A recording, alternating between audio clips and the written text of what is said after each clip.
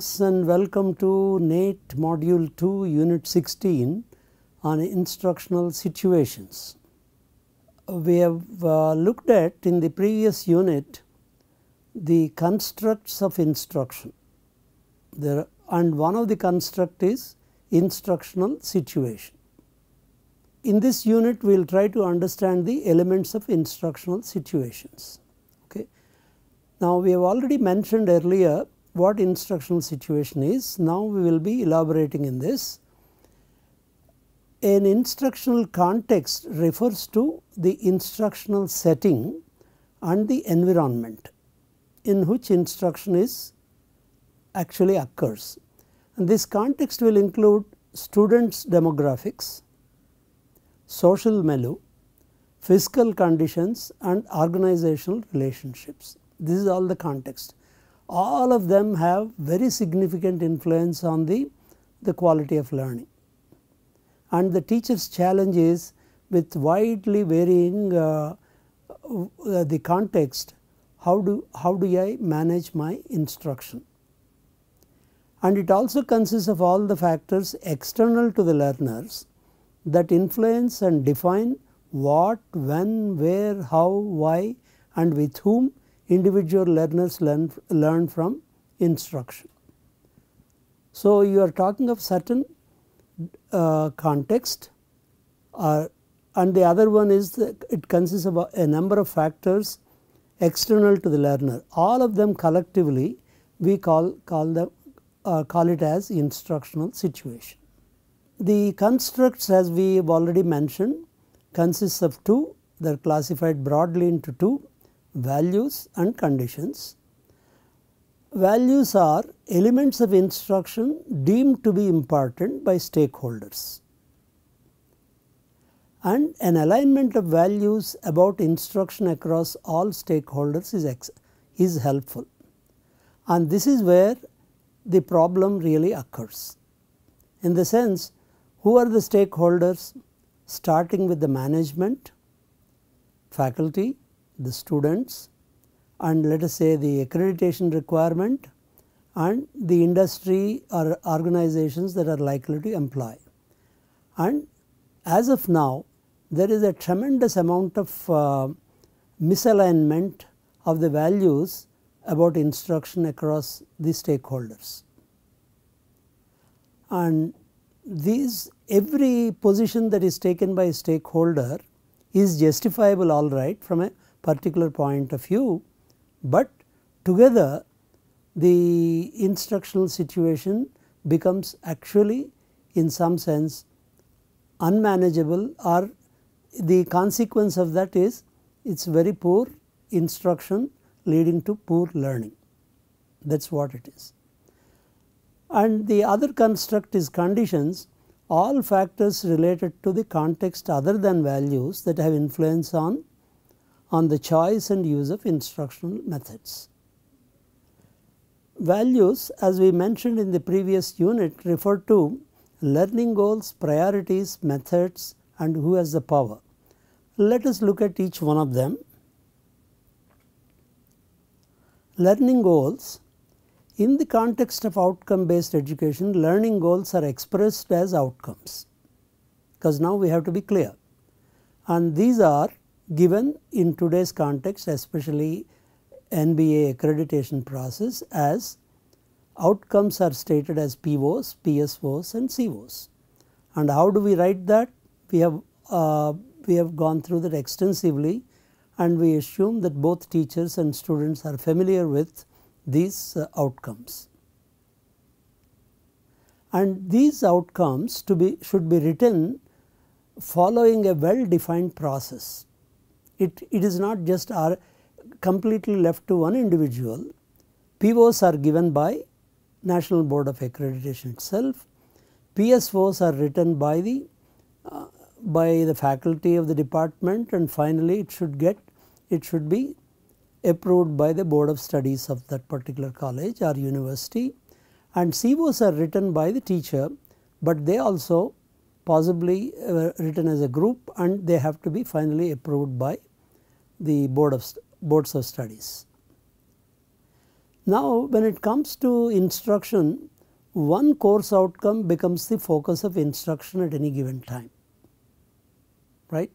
One course outcome or a competency becomes the focus. Let us say, as we said, a one instructional unit which addresses one outcome or one competency may go for over 1 to 5 or sometimes even more number of classroom sessions. When I am dealing with one of those outcomes, the instruction that I want to use is specific to that particular outcome. When I go to another instructional unit, I may want to use entirely different instruction method. So, what happens is the instruction needs to be planned for one CO or each time for one CO, taking the POs and PSOs addressed by that CO into account, because we also stated every CO addresses a subset of POs and PSOs.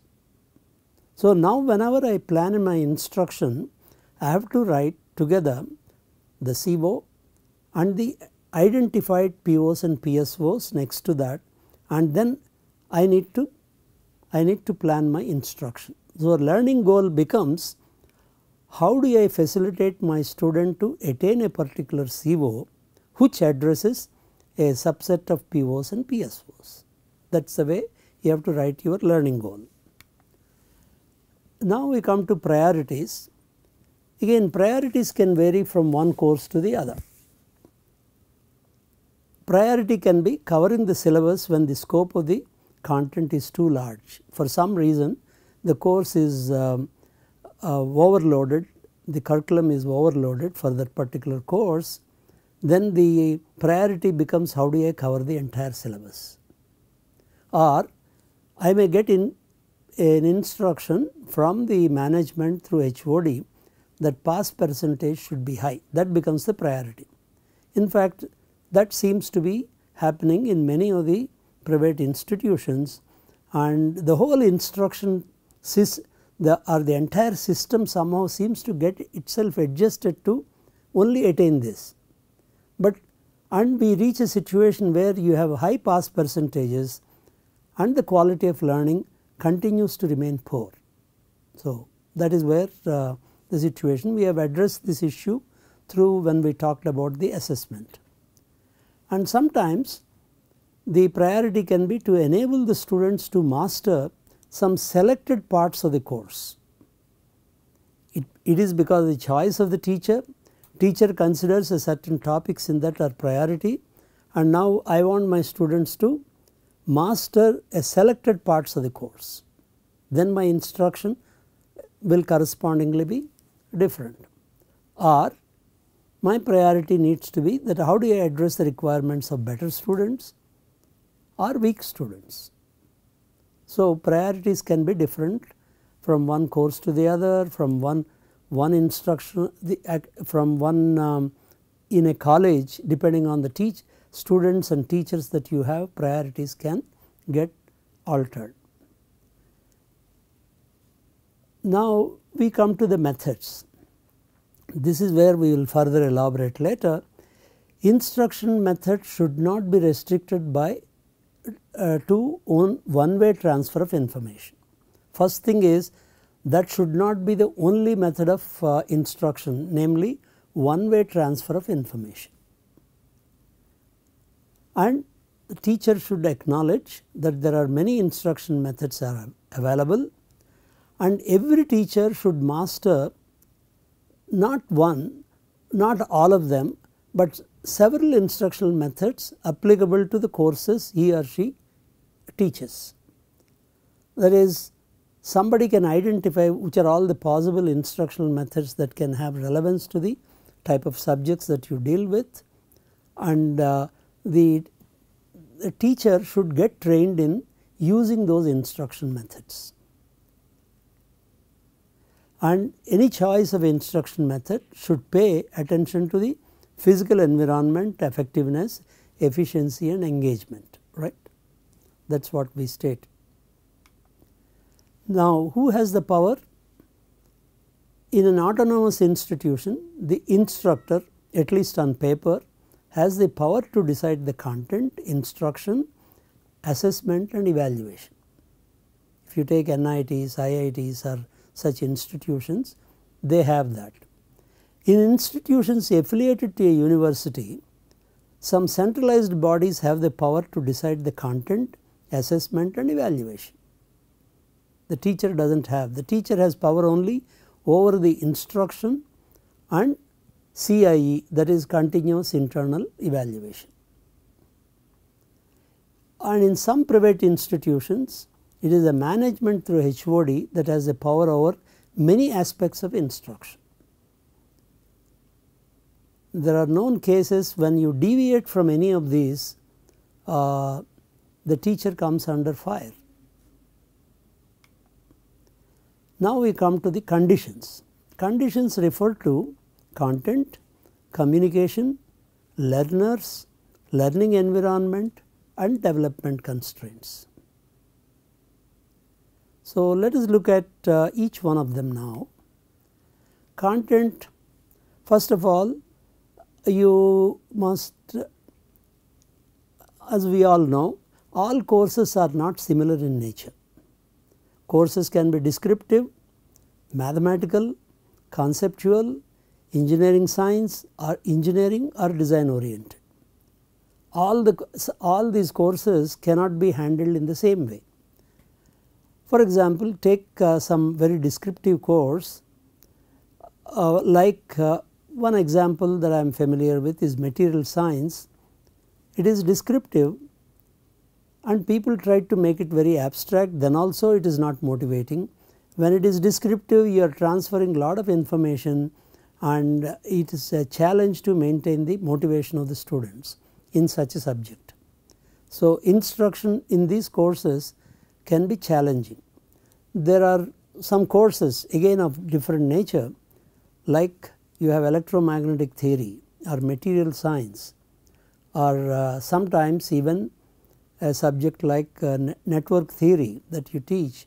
They are all very difficult to maintain the motivation for that. The motivation does not come because sometimes by the nature of the course, sometimes they do not see, the students do not feel that there is any value in learning that. They do not know why they are learning. So, in such case it is very difficult to maintain the motivation, and that becomes a particularly challenge to the teacher how to go about doing it. For example, even teaching a course that is highly mathematical and has several abstract concepts can also be challenging. I can state one-way communication, I can almost kind of repeat the material that I read in the textbook, but it is not necessarily motivating to the students.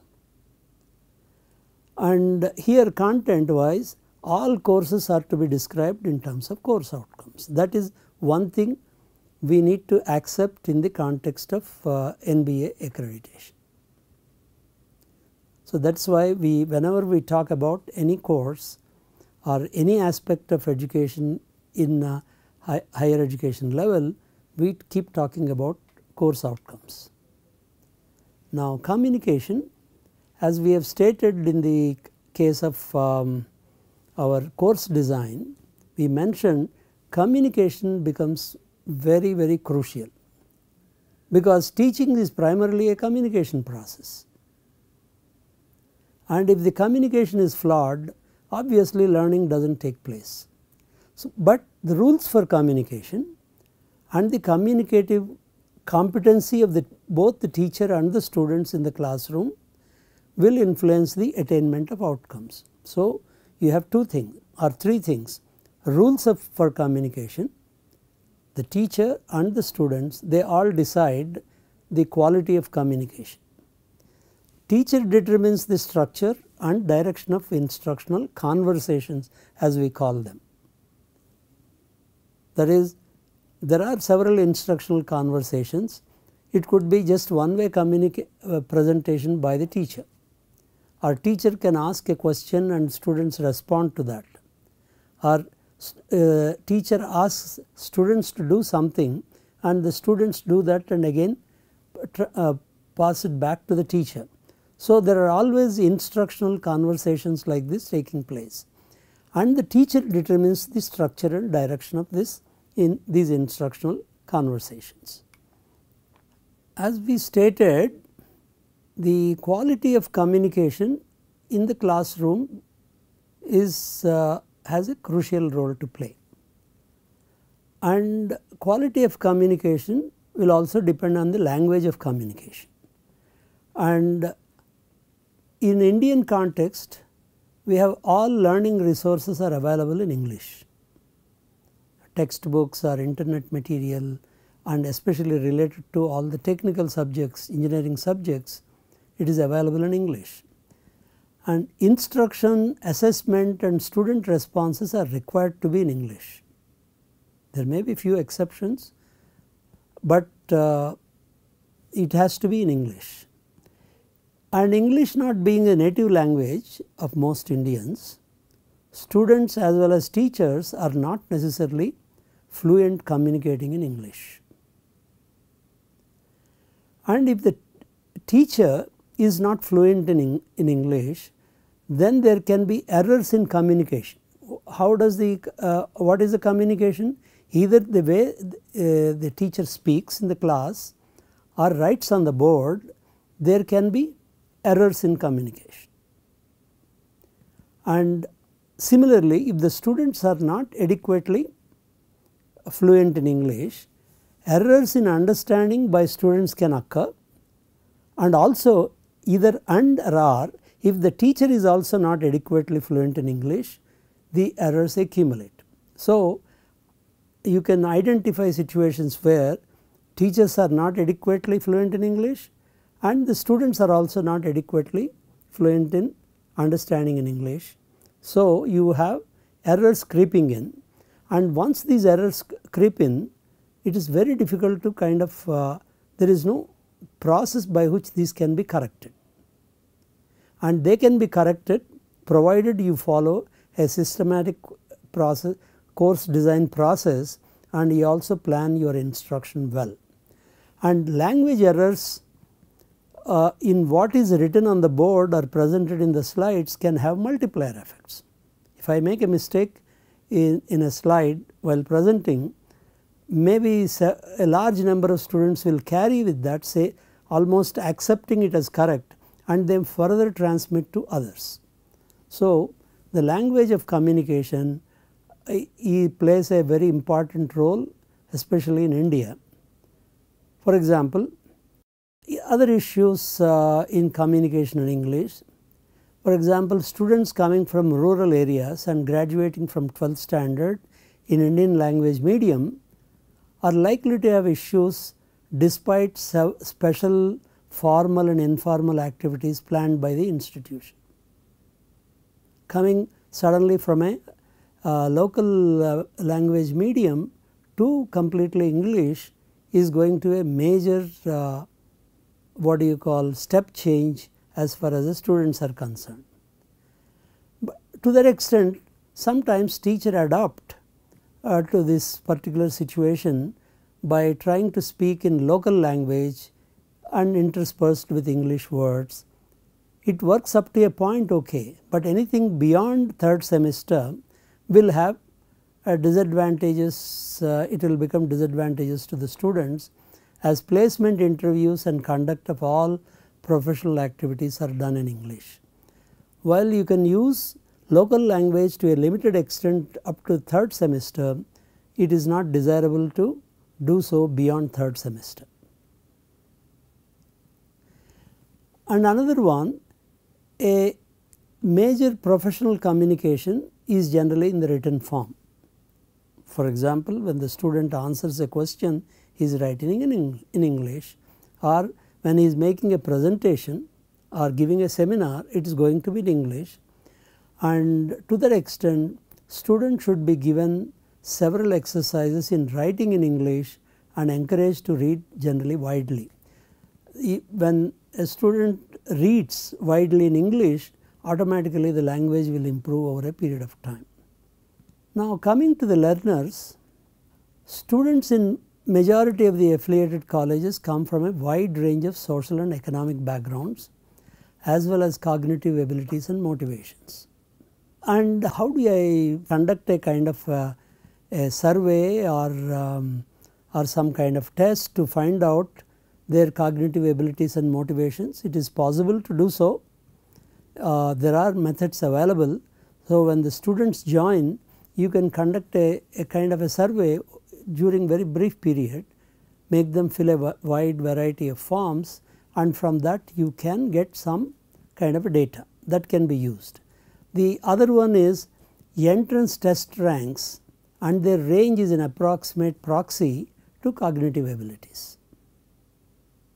If my students are confined to 30,000 to 35,000 entrance ranks, then I have one type of quality of students with me, and they are very different when you are talking about, let us say, less than 1000 CET rank.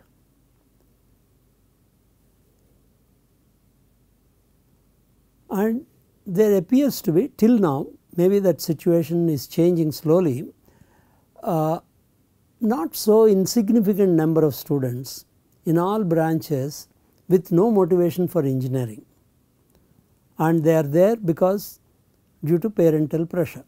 Parents demand that they study engineering, and they come and they have no motivation. So, what happens, teachers will have to deal with such students. So, the context is characterized by the distribution of students across all these categories.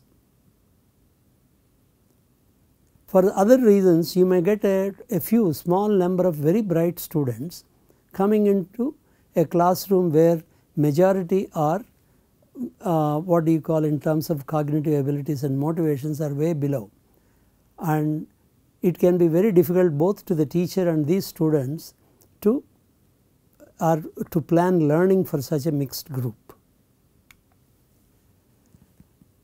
And now comes the learning environment. So, has physical, social and emotional dimensions. Learning environment has all the three dimensions. Physical environment of the learning spaces in India can become very taxing in some institutions, but of late the quality of classrooms has been increasing. They are made comfortable in many places in spite of the weather being inhospitable, and when it is not comfortable physically, you cannot get the attention of the students. All the time you are worried about, you are sweating, high temperatures, you have background noise of the fans and so on. It is very difficult to get the attention of all the students. And if you have a gallery type, the arrangement of the furniture do not permit certain types of instructional activities. If you want cooperative learning, 2 or 3 people sit together and address a particular problem, that instructional activity cannot be planned if you have a particular type of furniture. And also these days, availability or non-availability of Wi-Fi and access to power for internet devices will have significant influence on the type of instruction methods used. For example, a college may, for other reasons, say cell phones are not allowed in the classroom. Then what happens? You have an issue where, while they have reasons for it, but you cannot bring in certain type of instructional methods into the class. So, the learning environment will, physical learning environment will have all these issues. And then you have a social dimension of the classroom as well. We all know that we can learn better through social interactions, but that social interaction should be permitted in the classroom. How do you do it? You normally use certain methods like think, pair, share, group discussions, group projects. They can be used as instruction methods, and such social interaction will be effective only through proper group formation. Even this group formation will have many other dimensions depending on what social background the students are coming from, is it possible to make the appropriate group. Again, there are a lot of tools available from psychology or social sciences. How do we form groups, take in certain information about the student. If that kind of information can be collected, it becomes easier to form groups. Now, another aspect of learning is emotional support that is provided in the classroom. The learning environment is decided or created by the instructor, should provide an emotionally supportive environment. What do you mean by emotionally supportive environment? For example, students from rural or disadvantaged backgrounds, though reasonably competent, may lack confidence, and special attention must be paid to support them. They do not want to open their mouth, they are diffident about that, but they have the technical subject competency, but they lack confidence.